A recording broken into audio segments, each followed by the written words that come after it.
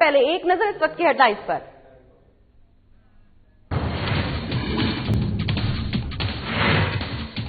झारखंड के मुख्यमंत्री हेमंत सोरेन ने किया ट्वीट। गुरु गोविंद सिंह जी के प्रकाश पर्व को लेकर किया ट्वीट कर गुरु गोविंद सिंह जी को किया नमन। पटना में तेजस्वी यादव पर जेडीयू का हमला। जेडीयू प्रवक्ता अभिषेक झा ने कहा तेजस्वी यादव की हुई बोलती बंद। 19 फरवरी से 24 मार्च तक चलेगा बजट सत्र। जेडीयू के आरोप पर आरजेडी का पलटवार। कहा तेजस्वी यादव के दबाव की वजह से झुकी सरकार। बजट सत्र का समय सरकार ने बढ़ाया। पटना में मौर्य लोक कॉम्प्लेक्स के फर्स्ट फ्लोर पर लगी आग। आग की चपेट में आई कई दुकानें। दमकल की टीम ने कड़ी मशक्कत के बाद पाया आग पर काबू।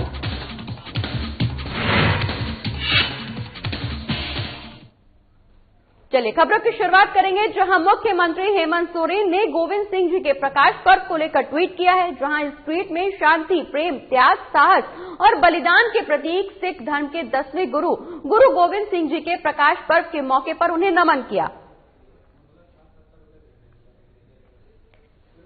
तो गुरु गोविंद सिंह जी के प्रकाश पर्व आज है, जिसको लेकर मुख्यमंत्री हेमंत सोरेन ने ट्वीट किया है। आपको बता दें कि इस ट्वीट में मुख्यमंत्री ने शांति, प्रेम, त्याग, साहस और बलिदान के प्रतीक सिख धर्म के 10वें गुरु गोविंद सिंह जी के प्रकाश पर्व के मौके पर उन्हें नमन किया है। तो मुख्यमंत्री हेमंत सोरेन ने ट्वीट किया है गुरु गोविंद सिंह जी के प्रकाश पर्व पर उन्हें शत नमन किया है। आपको बता दें कि गुरु गोविंद सिंह जी का प्रकाश पर्व है आज, जिसको लेकर मुख्यमंत्री हेमंत सोरेन ने ट्वीट किया। वहीं ट्वीट के माध्यम से उन्हें नमन किया। तो सिख धर्म के 10वें गुरु गोविंद सिंह जी का प्रकाश पर्व के मौके पर मुख्यमंत्री हेमंत सोरेन ने ट्वीट कर उन्हें नमन किया।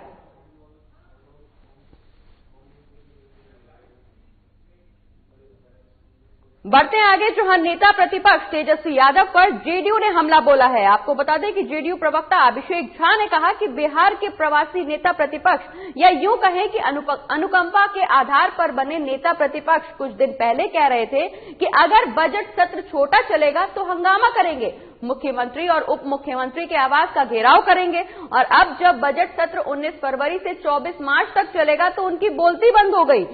सब लोग मानते हैं कि विधायिका में शैक्षणिक पात्रता की जरूरत नहीं होती, लेकिन नेता प्रतिपक्ष बनने से पहले बेसिक विधायिका की समझ होनी चाहिए थी।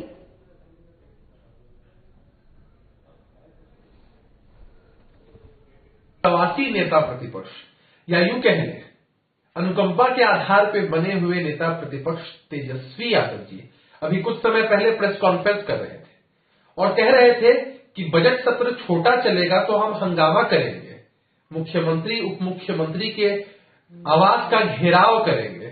और अब जब बजट सत्र 19 फरवरी से लेकर 24 मार्च तक चल रहा है तो इनकी बोलती बंद हो गई होगी। हम लोग मानते हैं कि विधायिका में शैक्षणिक पात्रता की आवश्यकता नहीं होती है, लेकिन नेता प्रतिपक्ष बनने से पहले बेसिक विधायिका की तो समझ आपको होनी ही चाहिए थी ना।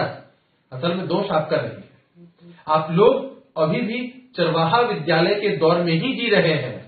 आधुनिक बिहार का निर्माण ना आपको दिखता है, और दिखता भी है तो पचता नहीं है।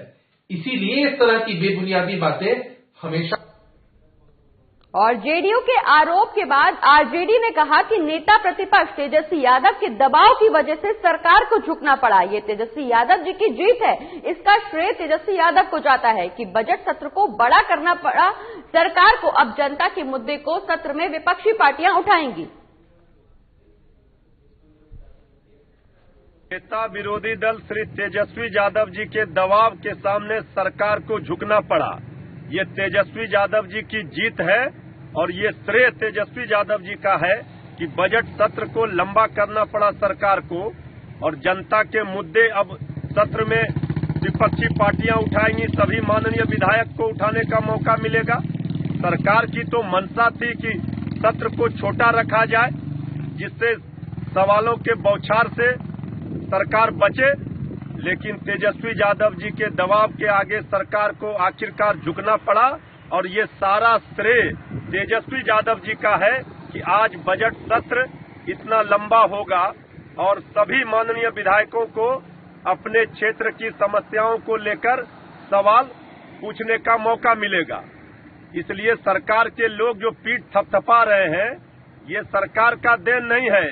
सरकार ने तो पहले ही कहा था कि छोटा सत्र बुलाएंगे, लेकिन तेजस्वी यादव जी ने जब दबाव बनाया तो सरकार को झुकना पड़ा है। ये जीत है तेजस्वी यादव जी की। अब जनता की आवाज सदन में उठेगी और गूंजेगी। तेजस्वी यादव जी के सवालों के बौछार से बचने के लिए सरकार छोटा सत्र बुलाना चाहती थी। अब ये मंशा सरकार की सफल नहीं हो पाई। और अब बात देवघर की करेंगे, जहां आधुनिक युग में भी लोग अंधविश्वास के शिकार हो रहे हैं। डायन करार देकर महिलाओं की हत्या, पीड़ित करना अक्सर सुनने को मिलता है। वहीं डायन प्रथा, अंधविश्वास को रोकने के लिए उपायुक्त मंजूनाथ भजंत्री ने कलेक्ट्रेट ऑफिस से जागरूकता रथ को हरी झंडी दिखाकर रवाना किया। वहीं डायन संदेह में महिलाओं की हत्या और डायन प्रथा को खत्म करने के लिए सप्ताह तक जागरूकता रथ जिला पंचायत में पहुंचकर ग्रामीणों को जागरूक करेगा। उपायुक्त ने कहा कि अंधविश्वास को खत्म करने के लिए समाज कल्याण, महिला एवं बाल विकास विभाग के द्वारा डायन प्रथा को खत्म करने के लिए ग्रामीणों को जागरूक करेंगे। उपायुक्त ने यह भी कहा कि डायन प्रथा, अंधविश्वास की सूचना मिलती है तो ग्रामीणों से जानकारी देने की अपील की है। प्रथा के जो निर्मूलन के लिए जो अवेयरनेस, एक जागरूकता रथ जो है रवाना किया गया, ये 2 सप्ताह के लिए चलेगा। डायन तो सुपरस्टिशन तो है ही, लेकिन कभी कभी इसके साथ कुछ सामाजिक चीज भी जुड़े हुए रहते हैं। खासकर जो ऐसे महिलाएं जो बुजुर्ग है लेकिन उनका कुछ प्रॉपर्टी है और उनका कोई ये नहीं है, उसके सक्सेसर नहीं है, तो वो प्रॉपर्टी हड़पने के लिए भी कुछ कभी कभी लोग उनके रिलेटिव ऐसे कर देते हैं।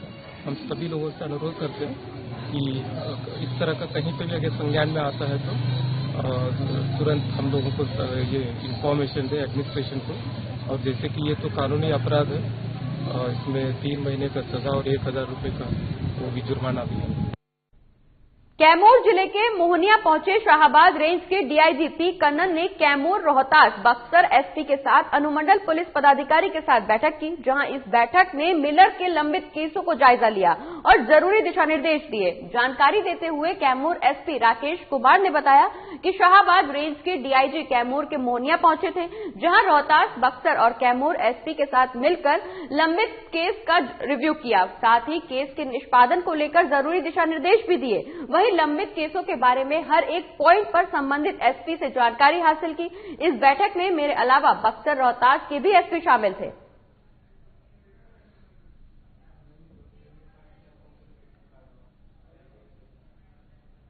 केस का रिव्यू रखा था जो केस प्रमादी मिलर से संबंधित है। इसमें कैमूर जिले का रिव्यू था, बक्सर का था और रोहतास जिले का था। तो तीनों जिलों के अंतर्गत जो कुल केस प्रमादी मिलर के लंबित हैं, किन कारण से लंबित हैं, उनका कैसे डिस्पोजल होना चाहिए, उसके बारे में उनकी समीक्षा करते थे। और कैमूर जिले के बिहार यूपी बॉर्डर पर किसान आंदोलन के समर्थन में और कृषि कानून के विरोध में 26 जनवरी को निकलने वाले बस जुलूस में शामिल होने के लिए सैकड़ों किसान उड़ीसा से चलकर बिहार होते हुए यूपी की सीमा में प्रवेश कर रहे थे। वहीं जिला प्रशासन द्वारा जत्थे को पैदल न जाने से रोका गया और कहा गया कि सड़क जाम न करें। जिले में धारा 144 लागू है। इस बीच बिहार के रामगढ़ से आरजेडी विधायक सुधाकर सिंह और आरजेडी समर्थकों ने पुलिस अधिकारियों से बहस करना शुरू कर दिया। इस दौरान पुलिस ने जब कड़ा रुख अख्तियार किया तो आरजेडी विधायक और समर्थक बैरन बिहार लौट गए। वहीं आरजेडी विधायक ने चंदौली जिला प्रशासन के अधिकारियों को कम पढ़ा लिखा तक कह डाला।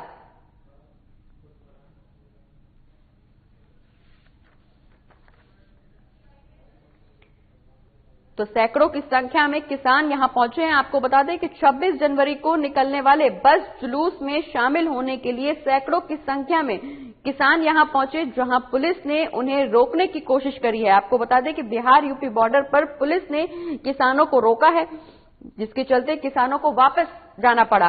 कैमूर जिले के बिहार यूपी बॉर्डर पर किसान आंदोलन के समर्थन में और कृषि कानून के विरोध में 26 जनवरी को बस जुलूस निकलना है, जिसमें शामिल होने के लिए सैकड़ों किसान उड़ीसा से चलकर बिहार होते हुए यूपी की सीमा में प्रवेश कर रहे थे, जिनको जिला प्रशासन ने पैदल जाने से रोक दिया। आपको बता दें कि इस दौरान पुलिस का कहना है कि धारा 144 लागू है, सड़क को जाम न किया जाए। वहीं इस दौरान आरजेडी विधायक सुधाकर सिंह और आरजेडी के तमाम समर्थकों ने पुलिस अधिकारियों से बहस की। इस दौरान जब पुलिस ने सख्ती दिखाना शुरू किया तो आरजेडी विधायक और समर्थकों को वापस लौटना पड़ा। का जो जत्था जा रहा है दिल्ली उड़ीसा से, उस जत्थे का हम लोग एकजुटता के लिए बिहार के हजारों किसान इनके साथ यात्रा में हम शामिल हैं। जो इनके साथ हम लोग यात्रा में दिल्ली तक जाएंगे। यह हमारा जो आंदोलन है यह राष्ट्रीय आंदोलन है, कोई एक प्रदेश का आंदोलन नहीं है। दुर्भाग्य से यहाँ के जिला प्रशासन के लोग खड़ा थे, कह रहे थे कि ओडिशा के लोग जाएंगे, बिहार के लोग नहीं जाएंगे। बहुत आश्चर्य हुआ, क्या बिहार इस देश में नहीं है? क्या बिहार के किसान इस आंदोलन में भाग लेने के अधिकारी नहीं है? इस तरह का हम लोग पहली बार हमने सुना कि किस तरह से जो चंदौली का जिला प्रशासन में कह सकते हैं कि कम पढ़े लिखे लोग यहाँ।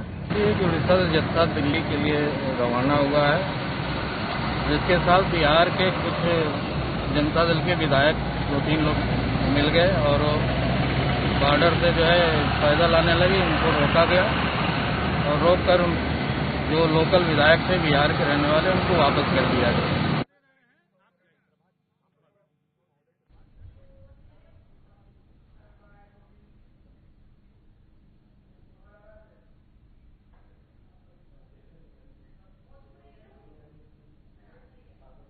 चलिए बढ़ते हैं आगे। भोजपुर में एक बार फिर से खाकी को बदनाम चेहरा देखने को मिला है, जहां खाकी सड़क पर सरेआम वसूली करती हुई नजर आई। वीडियो में साफ तौर पर दरोगा खाकी को बदनाम करते हुए नजर आ रहे हैं, जिसके बाद एक्शन में आकर भोजपुर एसपी ने दरोगा को गिरफ्तार कर लिया है। वहीं इस मामले में पहले भी कई बार बड़े अधिकारी से शिकायत की गई थी, जिसके बाद भोजपुर एसपी ने अवैध वसूली कर रहे दरोगा को रंगे हाथ पकड़कर जेल भेज दिया है। वहीं इस मामले पर भोजपुर एसपी ने बताया कि दरोगा जितेंद्र सिंह चांदी थाना में पदस्थापित थे। कई बार गांव के लोगों के द्वारा ये बात सामने आ रही थी कि यहां पर अवैध वसूली ट्रकों से की जाती है, जिसकी वजह से सड़क जाम की समस्या बढ़ती जा रही थी और गांव के लोगों की कई समस्याओं को सामना करना पड़ रहा था। और इसी के साथ खबरों का सिलसिला लगातार आगे भी जारी रहेगा, लेकिन फिलहाल वक्त एक छोटे से ब्रेक का, जल्द लौट रहे हैं।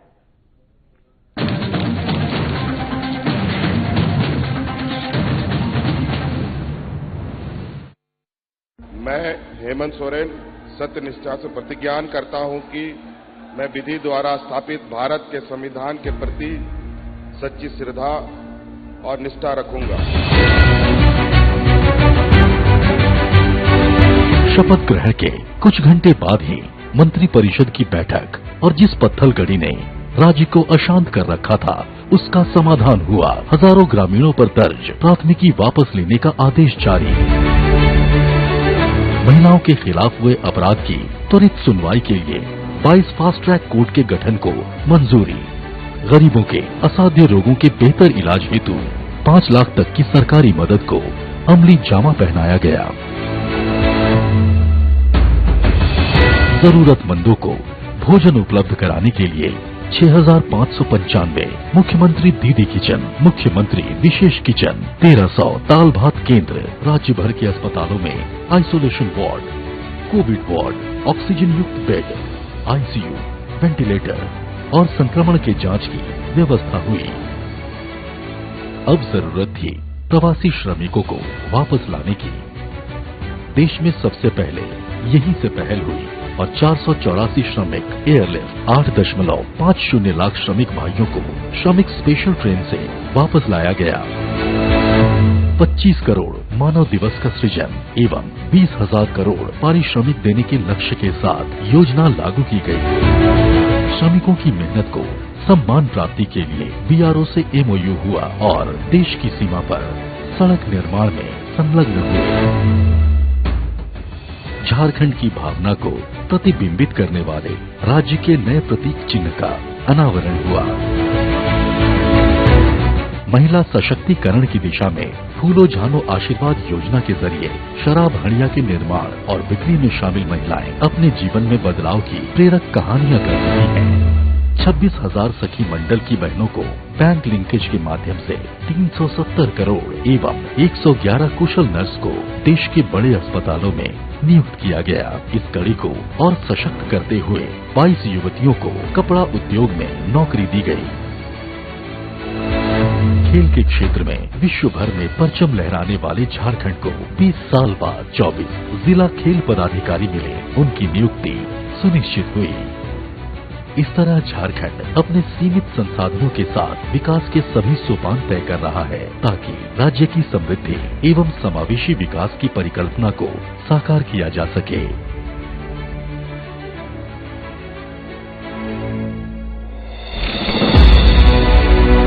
आइए साथ चलें, नए झारखंड की राह चलें।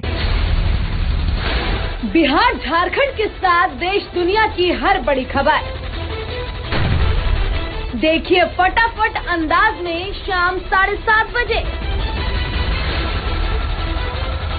खबरें सुपरफास्ट सिर्फ साधना प्लस पर।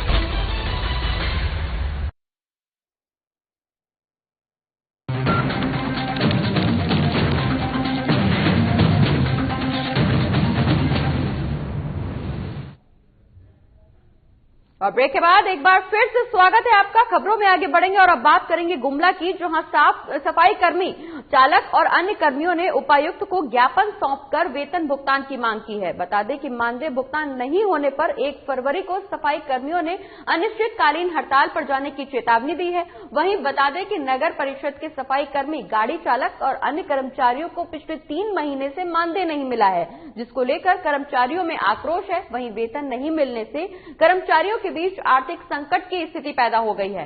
कई कर्मचारी को भूखे रहने की नौबत आ गई है। वहीं 3 महीने का बकाया मानदेय भुगतान की मांग को लेकर जिले के मुखिया उपायुक्त शिशिर कुमार सिन्हा के आवासीय कार्यालय का भी कर्मचारियों ने घेराव किया है। वहीं आधा घंटा तक डीसी के आवासीय परिसर में अपनी मांग को लेकर डटे रहे, जिसके बाद उपायुक्त शिशिर कुमार सिन्हा ने सभी कर्मचारियों को अपने कार्यालय में बुलाकर कर्मियों से बातचीत की और उनकी समस्याएं सुनी, जिसके बाद उपायुक्त शिशिर कुमार सिन्हा को ज्ञापन भी सौंपा गया।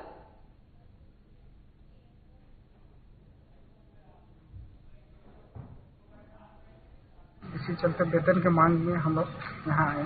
कहाँ काम करते हैं? गुमला नगर परिषद में। क्या वहाँ क्या समस्या लोगों को? वहाँ बात हुआ था तो बोला अभी जनवरी तक में वेतन होगा बोल रहा है। अभी तक वेतन हम लोग नहीं मिला है। तो फिर आगे कैसे चल आपका परिवार?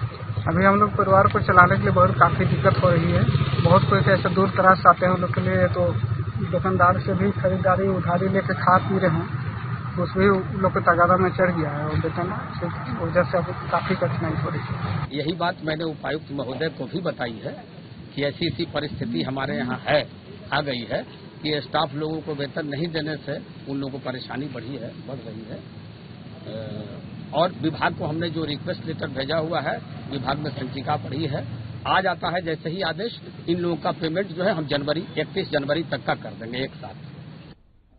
और अब बात पटना की करेंगे, जहां मौर्य कॉम्प्लेक्स में भीषण आग लग गई। बताया जा रहा है कि मौर्य कॉम्प्लेक्स के फर्स्ट फ्लोर पर यह आग लगी और वहां मौजूद कई दुकानें आग की चपेट में आ गईं। वहीं आग लगने की जानकारी मिलते ही मौके पर दमकल की कई गाड़ियां पहुंची और आग बुझाने की कोशिश में लग गईं।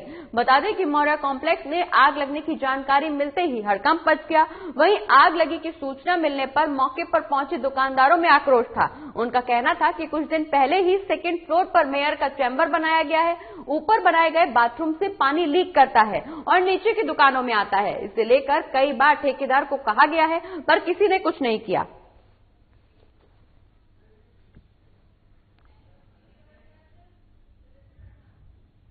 पटना में मधुबनी में हुए दुष्कर्म को लेकर मुख बधिर छात्रों ने विरोध प्रदर्शन किया। इस दौरान मुख बधिर छात्रों का कहना था कि जल्द से जल्द इस मामले में गिरफ्तारी हो और दोषियों को सजा दी जाए। तो मधुबनी में दुष्कर्म की घटना को अंजाम दिया गया था, जिसको लेकर अब मुख बधिर छात्रों ने विरोध प्रदर्शन किया है। पटना में ये विरोध प्रदर्शन छात्रों द्वारा किया जा रहा है। इस दौरान छात्रों का कहना है कि जल्द से जल्द इस मामले में गिरफ्तारी की जाए और दोषियों को सजा दी जाए। इस संस्था में मेरे पापा जी संस्था से जुड़े हुए हैं और आज हम लोगों ने ये रैली निकाला है क्योंकि मधुबनी की बेटी के साथ बहुत गलत काम हुआ है। रेप करके उसको आग छोड़ दिया गया है, क्योंकि बहुत गलत है हमारे बिहार में। आजकल हर किसी के घर में बहू बन गया है। कब तक वो माँ सुरक्षित महसूस करेंगे? कब तक माँ को डर देगा कि मेरी भी बेटी बाहर है? कब माँ बेटी को आखिरी बार? ये हमारे समाज में बहुत गलत चल रहा है। उस तरीके को फांसी फांसी की सजा मिलनी चाहिए। मधुबनी जिले के जयनगर के अनुमंडल कार्यालय परिसर में स्थित राज्य खाद्य निगम के सहायक प्रबंधक प्रमोद कुमार केसरी ने जिला प्रबंधक की ओर से स्थानीय थाने को आवेदन देकर गुहार लगाई है। उन्होंने ये बताया कि एक पूर्व ट्रक ड्राइवर और एक अज्ञात महिला ने रविवार को गोदाम परिसर में हाथापाई की, जहां जेब से 1500 रुपए निकाले और जान से मार देने की धमकी दी। सहायक प्रबंधक ने कहा कि 2-3 महीनों से अनाज की चोरी और कालाबाजारी रोकने के लिए परिवहन अभिकर्ता द्वारा भेजे गए अनाज का कांटा कराकर गोदाम में रखा जाता है। शॉर्ट हुआ तो उस शॉर्टेज को जो है मेरे द्वारा ऑनलाइन किया गया। तो ऑनलाइन करने का नतीजा ये है कि बार बार वो कई बार धमकी दिया कि आपको हम इस मामले में फंसा देंगे, उस मामले में फंसा देंगे। इस तरह से वो हमको फंसाने का षड्यंत्र करते थे। और अगली खबर पूर्णिया से है, जहां सहायक थाना क्षेत्र के लाइन बाजार में खुशी लॉज के आगे ई रिक्शा लगाना चालक को भारी पड़ गया, जहां ई रिक्शा चालक को लाठी डंडे से पीट कर घायल कर दिया गया। वहीं घायल ई रिक्शा चालक रामबाग निवासी नीरज कुमार बताया जा रहा है। बता दें कि घायल ई रिक्शा चालक ने बताया कि लाइन बाजार के खुशी लॉज के सामने ई रिक्शा लगाकर पैसेंजर उठा रहा था। उसी समय खुशी लॉज के मालिक उपरान खान और अन्य कर्मी आकर ई रिक्शा हटाने के लिए कहने लगे। नहीं हटाने पर मारपीट करने लगे। वहीं मारपीट की वजह से पीड़ित की आंख में चोट आई है। वहीं ई रिक्शा चालक के द्वारा सहायक थाना में आवेदन देकर न्याय की गुहार लगाई गई है।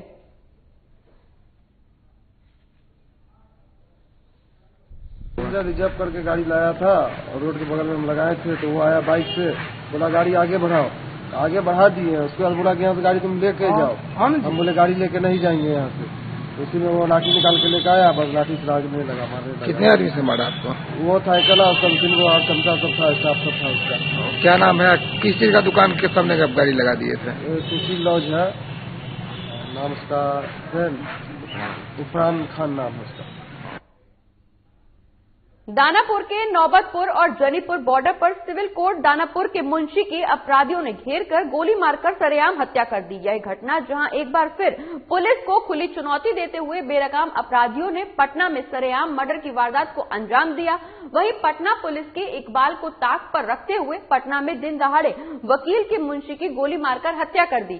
इस वारदात के बाद इलाके में सनसनी फैल गई। वहीं इस घटना के बाद 2 थानों की पुलिस घटना क्षेत्र में एक दूसरे थाना क्षेत्र पर थोपने में लगी हुई है, जिसमें नौबतपुर थाना जानीपुर थाना क्षेत्र और जनीपुर थाना नौबतपुर थाना क्षेत्र का मामला बता रही है। वहीं घटना स्थल पर फुलवारी शरीफ एसएसपी मनीष कुमार पहुंचे हैं, जिन्होंने घटना को नौबतपुर थाना इलाके का बताया। बताया जा रहा है कि मुंशी दानापुर सिविल कोर्ट जा रहे थे, तभी नौबतपुर के नगवा मोड़ के पास अपराधियों ने मुंशी को घेरकर गोली मारकर उनकी हत्या कर दी। फिलहाल पुलिस आगे की कार्रवाई कर रही है।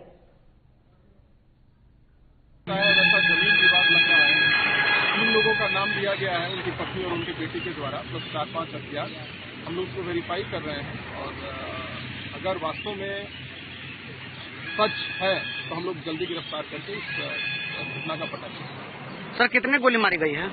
प्रथम दृष्टया 2 इंजरी है, वो 2 है, तो ऐसा लग रहा है कि 2 गोली लॉस हो। कोर्ट जा रहे थे सर। हाँ, ठीक है। रास्ते में मार दिया गोली। हाँ, कहाँ पर मारा था? हम थाने से आ गए। बाइक सवार अपराधी था? हाँ। क्या नाम इनका है? कहाँ कोर्ट जा रहे थे? दानापुर को जा रहे थे। इनका नाम क्या हुआ? इनका बालेश्वर पाठक नाम हुआ। तो आप लोग को जानकारी मिला क्या? फोन किए, गोली मार दिया है। पहले से किसी से विवाद था क्या? न, विवाद नहीं था। गोपालगंज में कड़ाके की ठंड और शीतलहर की वजह से आम जनजीवन बुरी तरह से प्रभावित हो रहा है। वहीं कम विजिबिलिटी होने की वजह से NH-27 पर भी कई वाहनों की आपस में भिड़ंत हो गई, जिसमें बस पर सवार आधा दर्जन से ज्यादा लोग घायल हो गए।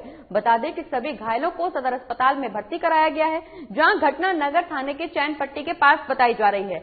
बताया जा रहा है कि एक बस जो जालंधर से बेतिया के लिए जा रही थी, उस बस की टक्कर सामने वाले ट्रक में हुई और उससे पहले भी कई गाड़ियों की आपस में भिड़ंत हुई थी, जिसकी वजह से यह हादसा हुआ है। वहीं NH-27 पर वाहनों की लंबी कतार लग गई है और जाम को छुड़ाने की कोशिश की जा रही है।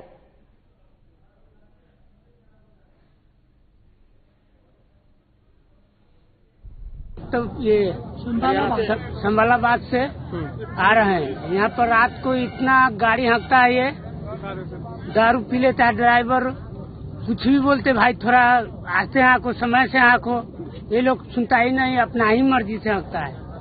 अब पब्लिक बोलता है तो और गाली उली देने लगता है। पूर्वी चंपारण जिले के प्राथमिक स्वास्थ्य केंद्र पताही में प्रखंड विकास पदाधिकारी ऋतुरंजन कुमार और जिला फैसिलिटी ऑफिसर आयुषी राणा के जागरूकता रथ को हरी झंडी दिखाई गई। वहीं मिशन परिवार विकास अभियान के तहत जागरूकता रथ को हरी झंडी दिखाकर रवाना किया गया।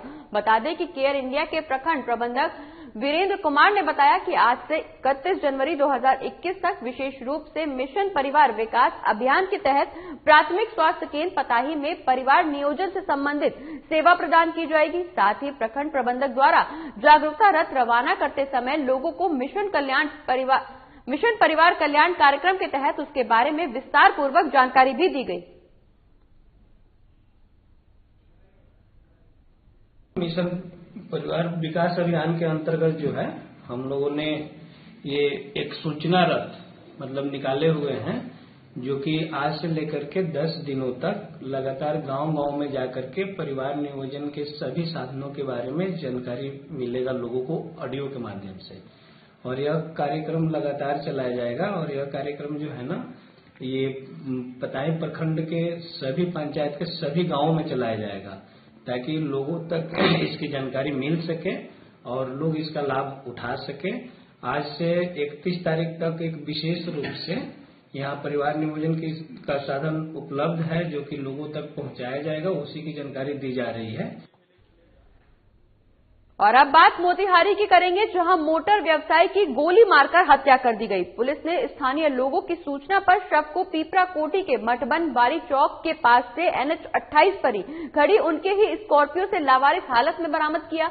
वहीं चालक की सीट पर बैठे पुराने वाहनों की खरीद बिक्री करने वाली फर्स्ट चॉइस के मालिक अभिषेक सिंह के सर पर गोली मारी गई है। बता दें कि पुलिस ने शव पर रखे पिस्टल को बरामद कर दिया है, जिसके बाद परिजन हत्या की बात कर रहे हैं तो पुलिस हत्या और आत्महत्या मान रही है। फिलहाल पुलिस दोनों ही बिंदुओं पर जांच कर रही है। और इसी के साथ इस बुलेटिन में फिलहाल इतना ही। आप देखते रहिए साधना प्लस बिहार झारखंड। नमस्कार।